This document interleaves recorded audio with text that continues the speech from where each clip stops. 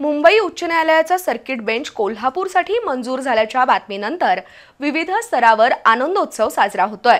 कोल्हापुरातील सिटीजन फोरमच्या वतीनं गेली 20 वर्ष खंडपीठाच्या मागणीसाठी लढा सुरू होता। शुक्रवारी सर्किट बेंच मंजूर झाल्याची अधिसूचना निघाली आणि प्रसाद जाधव आणि त्यांच्या सहकाऱ्यांनी छत्रपती शिवाजी महाराज चौकात साखर पेढे वाटून आनंदोत्सव साजरा केला। तर इचलकरंजीतही भाजपच्या वतीनं जल्लोष करण्यात आला। मुंबई उच्च न्यायालयाचं खंडपीठ कोल्हापुरात व्हावं या मागणीसाठी सिटीजन फोरमचे संस्थापक प्रसाद जाधव यांनी गेल्या 20 वर्षापासून आंदोलनं केली। तसंच मुंबई मॅरेथॉनमध्ये सहभागी होताना खंडपीठाच्या प्रश्नाकडे लक्ष वेधलं। शुक्रवारी सायंकाळी कोल्हापुरातील सर्किट बेंचबाबत अधिसूचना निघाली आणि सिटीजन फोरमचे सदस्य छत्रपती शिवाजी महाराज चौकात जमले। कोल्हापूरकरांसह 6 जिल्ह्यातील पक्षकार आणि वकिलांनी उभारलेल्या लढ्याला यश आल्याचं प्रसाद जाधव यांनी सांगितलं।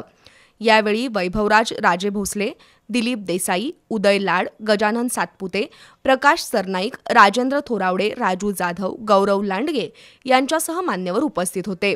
दरम्यान उच्च न्यायालयाचं खंडपीठ कोल्हापुरात व्हावं यासाठी माजी आमदार सुरेश हाळवणकर, माजी मंत्री प्रकाश आवाडे यांनीही पाठपुरावा केला होता। अखेर 18 ऑगस्टपासून सर्किट बेंचचं कामकाज सुरू होणार आहे। त्यामुळं इचलकरंजीतील भाजपच्या वतीनं मलाबादे चौकात आतषबाजी करून साखर पेढे वाटून आनंदोत्सव साजरा करण्यात आला। यावेळी आमदार राहुल आवाडे यांनी लोकप्रतिनिधी, बार असोसिएशन, विविध सामाजिक संघटनांचं अभिनंदन केलं। यावेळी भाजपचे श्रीरंग खवरे, शशिकांत मोहिते, बाळासाहेब माने, अमृत भोसले, अनिल डाळ्या, प्रकाश दत्वाडे, बाळासाहेब कलाकते, प्रसाद खोबरे, शेखर शहा, उमाकांत दाभोळे, अश्विनी कुबडगे, सपना भिसे यांच्यासह कार्यकर्ते उपस्थित होते।